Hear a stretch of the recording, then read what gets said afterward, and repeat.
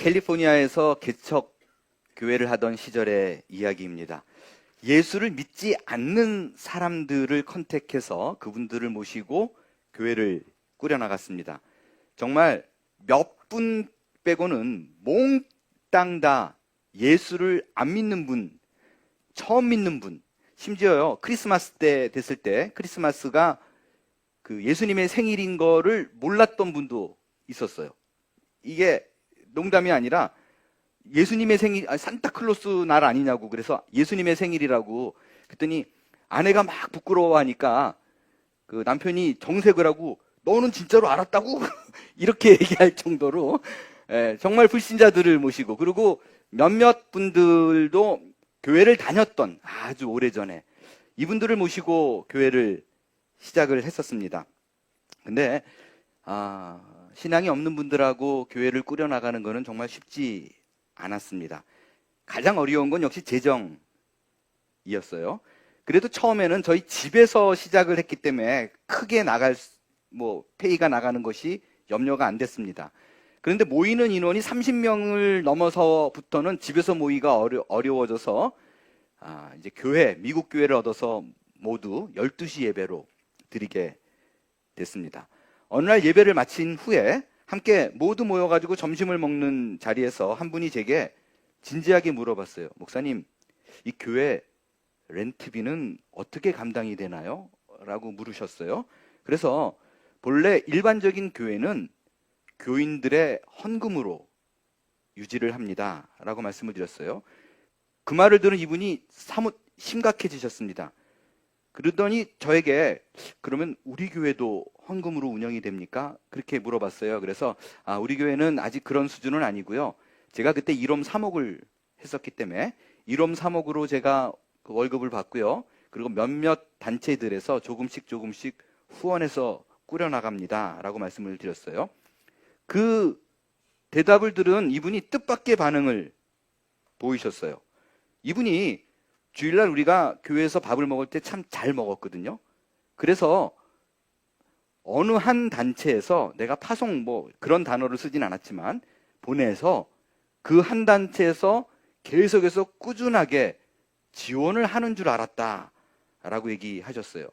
근데 저희 둘만의 얘기였는데 옆에 분들이 듣잖아요. 근데 거짓말처럼 몽땅 이분들이 한꺼번에 동시에 심각해졌다 라는 걸 느꼈어요. 이거 좀 내가 괜히 얘기했나 물어보는데 어떡하지라는 생각을 잠깐 했었는데, 아니나 다를까 정확히 제가 그 대답을 한 이후에 안 나오는 가정이 한두 가정씩 늘기 시작했습니다. 급기야 이분들이 교회에서 친해지셔가지고 주말이 되면 캠핑을 다니셨어요. 캘리포니아는 캠핑하기 정말 좋거든요. 아무 때나 날짜 잡아가지고. 결국 모두 다 떠나고 자매 한 명만 남았을 때 일입니다. 그 자매 역시 초신자였고 싱글 자매였어요. 심각하게 고민됐습니다. 교회가 운영되기가 어려웠습니다. 더군다나 제가 너무너무 힘들었던 건 하나님이 이 목사 너 목회 탤런트 없어. 목회하지 마. 라는 게 너무 분명하다 라는 생각이 들었습니다. 그렇게 한 명을 놓고 예배를 드린 지 3주가 지나고 4주째를 앞둔 토요일 날 제가 하나님 앞에 엎드려 기도했어요. 소위 말하는 기드온, 징표를 구하는 기도였습니다. 이렇게 기도했어요. 하나님, 제가 하나님께서 이 교회를 계속 하기를 원하시면 내일 주일날 한 사람이라도 새로운 사람을 좀 보내주십시오. 정말 한 사람이라도 누군가가 오면 하나님이 너 교회 계속 해야 돼 라는 걸로 들을 거고, 아무도 오지 않으면 하나님께서 교회를 접으라는 사인으로 알겠습니다. 그리고 저는 내일부터 다른 일을 찾아보겠습니다 라고 기도를 했습니다. 다음 날이 되어 주일 아침이 되었어요. 12시 예배니까 그 전에 우리 가족들이 다 가서 이제 세팅을 다 준비하니까 11시 반쯤 됐습니다. 앞에 앉아가지고 기도를 하고 있었어요. 근데 그 주일 예배 드리는 그 싱글 자매는 항상 10분 정도씩 늦게 와요. 그러면 저는 12시 되면 올라서 가지고 혼자 이제 우리 가족들하고 이렇게 부르다 보면 조인 하거든요. 11시 50분 됐는데 전혀 익숙하지 않은 뒤에서 남성과 여성분의 목소리가 들리기 시작하는 거예요. 정말 뒤돌아보고 싶었는데 참고 기타를 메고 딱 올라섰더니 한 가정, 그러니까 남자분, 여자분, 그리고 10대 자녀가 이렇게 있더라고요. 그래서 제가 정말 목소리가 터져라! 막 찬양을 하기 시작했는데 한 2분 정도 지나니까 여성분 2분하고 초등학생 되는 애가 하나 들어와가지고 이렇게 앞에 앉아요. 그러니까 50명이 앉을 수 있는 자리에 양쪽 대각선에 이렇게 앉아있는데 찬양을 하는데 자꾸 웃음이 나오는 게 이분은 이분이 교인으로 생각할 거고 이분은 이분이 교인으로 생각할 텐데 둘 다 아니에요. 그렇게 찬양을 막 하고 있는데 10분쯤 되니까 그 싱글 자매가 딱 들어오다가 당황해가지고 한참 이렇게 서 있다가 쭈뼛쭈뼛 그러게 앉더라고요. 하나님께서 그 전날 드렸던 징표를 구하는 제 기도에 이렇게 응답을 하셨고 그때 보여준 징표로 얼바인의 개척교회는 그 후로도 계속 이어갈 수가 있었습니다. 오늘 본문은 주의 천사가 예수님의 아버지인 요셉의 꿈에 나타나서 내 아내 마리아가 아들을 낳을 것이다. 근데 그 이름을 예수라 하라 라고 얘기하십니다. 그리고는 이렇게 일러줘요. 보라, 처녀가 잉태하여 아들을 낳을 것이요 그의 이름은 임마누엘이라 하리라. 여기 우리에게 너무나 익숙한 단어가 하나 등장을 합니다. 임마누엘입니다. 이 말의 뜻은 하나님이 우리와 함께 계신다 라는 뜻입니다. 이로 인해서요, 성탄절이면 어김없이 임마누엘이라는 단어가 등장을 합니다. 그렇기에 우리에게 너무너무 익숙하고 항상 우리가 들을 때 예수님의 탄생, 즉 마태복음에서 이 본문을 발견해서 마태가 한 말로 알고 있는 분들이 계신데 실은 그렇지 않습니다. 이 말의 오리지널은 마태복음의 말씀이 아니에요. 마태는 구약의 한 선지자가 한 말을 그냥 마태복음에 그대로 옮겨 적었을 뿐이에요. 어떤 선지자가 이 말을 했을까요? 여윤구 형제님 늘 대답을 하시다가 오늘 고개를 윤구 형제님이 하도 잘 맞춰서 뭔가 상을 좀 주고 싶다고 그랬더니 주머니에 사탕을 항상 하나씩 갖고 다니다가 마칠 때마다 던져달라고. 이번엔 좀 어려워요? 자, 맞았어요. 네, 거의 통밥으로 맞힌 것 같지만 anyway, 이사야 선지자가 한 말입니다. 이 말은요, 이사야서 7장에 있어요. 이때 이사야가 굉장히 그 남유다가 곤공에 처해 있을 때 이사야에게 징조로 보라, 처녀가 잉태하여 아들을 낳을 것이요 그의 이름을 임마누엘이라 하리라. 이사야가 한 말을 마태가 인용한 거예요. 자, 보세요. 여기서 눈치가 있으신 분은 이거 아주 이상하다, 뭔가 심각하게 잘못됐다라는 것을 감지한 분이 계실 수도 있습니다. 뭐가 잘못될까요? 이사야가 한 말이에요. 징조로 한 말이에요. 보세요. 이사야는 예수님이 탄생하시기 750년 전 사람입니다. 그런데 하나님께서 당시에 유다 왕 아하스가 지금 그 북이스라엘 남유다 갈라져 있을 때예요. 북이스라엘이 아람하고 연맹을 해가지고 그냥 지금 남유다를 치고 내려와서 사시나무듯이 떨 때인데 그 시점에 이사야를 통해서 하나님이 뭐라 그러냐면 염려하지 마, 하나도 걱정하지 마, 쟤네들이 너희 해하지 못해. 징표가 필요해? 징조가 필요해? 증거가 필요해? 내가 증거를 줄게. 보라, 처녀가 잉태하여 아들을 낳을 것이요 그 이름을 임마누엘이라 하리라. 이게 메이크 센스 해요?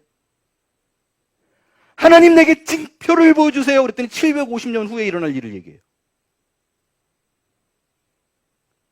아니 여러분, 제가 이게 납득이 안 되잖아요. 제가 하나님 앞에 제가 목회를 해야 되나요? 말아야 되나요? 징표를 보여주세요 그랬더니 750년 후의 일인데 징표다 그래. 제가 교회를 계속할 수 있었던 건 바로 다음 날 누군가가 왔기 때문이에요. 그래서 힘을 낼 수 있었어요. 그런데 하나님은 아하스에게 지금 아하스가 막 바들바들 떨고 있는데 750년 후의 일. 그러니까 아하스가 이 몸이 죽고 죽어 100번 고쳐 죽어. 그때 벌어질 일을 이거 징표야 라고 얘기하고 있어요. 여러분 이 말을 들은 아하스가 힘이 났을까요? 아니면 그 얘기 듣자마자 하나님 그냥 전쟁에 진다고 하세요. 진다고. 내보라 안 할게요. 이랬을 것 같아요. 그런데 여러분 하나님께서 성경을 보면 우리에게 징표라 그러고 우리에게 주시는 많은 경우에 이런 방법으로 징표를 주십니다. 이사야서 37장에 가면 똑같은 얘기가 나와요. 유다의 히스기야 왕이 아수르에게 또 침략을 당해요. 많은 성읍이 점령을 당합니다. 유대인들이 온갖 모욕을 다 당하고 있어요. 이제 패망하는 것이 불을 보듯 환한 그 시점에 하나님께서 히스기야를 보냅니다. 히스기야에게 이사야를 보내요. 그래서 뭐라 그러냐면 걱정하지 마.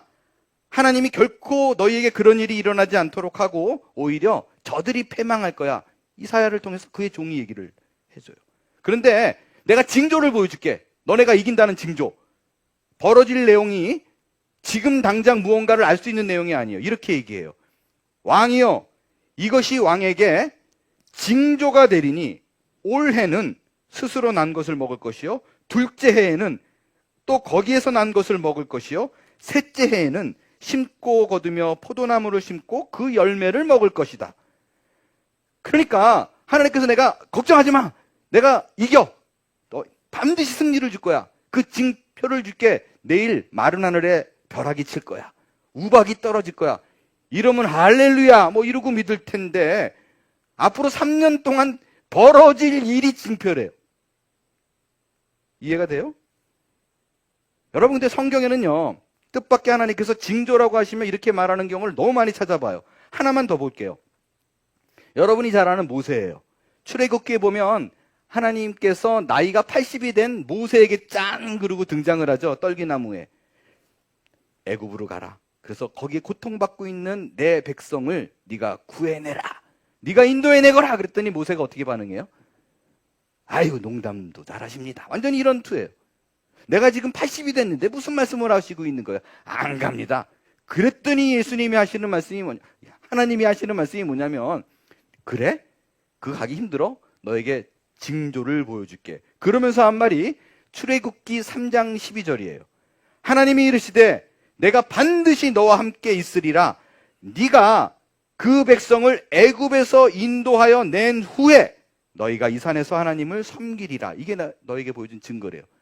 말이 안 되잖아. 지금 갈까 말까 하는 사람에게 확신을 줘가지고 가게 해야지. 증거라는 게 모세가 순종해서 간 후에 벌어질 일을 네가 백성들을 데리고 이 산에서 다시 예배를 할 것이다. 그게 징조라고 얘기합니다. 아니 증거면 과거에 벌어진 일을 현재 내 앞에 보여주는 게 증거예요. 형사가 범인을 취조합니다. 너 네가 범인이지. 아닌데요. 그럴 때 어떻게 해요? 피 묻은 몽둥이를 보여주면서 야 여기에 네 지문이 묻어 있어. 그리고 어떻게 아니라 그래. 그러면 아이고 잘못했습니다. 이게 증거잖아요. 과거에 벌어진 일이 현재에 적용돼서 그 앞에 눈앞에 딱 드러나면 증거다. 근데 하나님은 몽땅 다 뭐라 그러냐면 앞으로 벌어질 일. 짧게는 1년에서 길게는 750년 후에 벌어질 일을 증거다라고 우기고 계세요. 여러분 여기에는 하나님의 놀라운 비밀이 있습니다. 이거는요 당신의 백성을 향한 하나님의 강력한 의지와 한 사람을 향한 신자 한 사람을 향한 그 목표 계획을 갖고 있다라는 얘기입니다. 여기서 먼저 우리가 이해를 해야 될 부분이 있습니다. 참 공교롭게도 본의 아니게 제가 디멘션, 차원에 대한 얘기를 계속 드리게 되는데요. 제가 지난 2주에 걸쳐서 말씀을 드렸지만 분명한 건 하나님의 시간에 대한 개념은 우리와 다르다라는 것입니다. 여러분, 이 개념 정리가 굉장히 중요해요. 예전에 제가 예수를 막 믿기 시작했던 중학교 시절, 예수를 믿으려고 해도, 정말 노력을 좀 해도 믿기 어려웠던 게, 이 시제에 대한 개념이 저한테는 납득이 안 되고 이해가 안 됐기 때문이에요. 이런 거잖아요. 기독교의 핵심, 예수님이 내 죄 때문에 나 대신 돌아가셨대요. 이걸 처음 듣는 사람이 아멘 그러고 눈물이 날까요? 도무지 이해가 안 되잖아요. 누가 내 죄 때문에 나를 위해서 죽었대요. 내가 너무 많이 죄져서 대신 윤구 형제님이 죽었대요.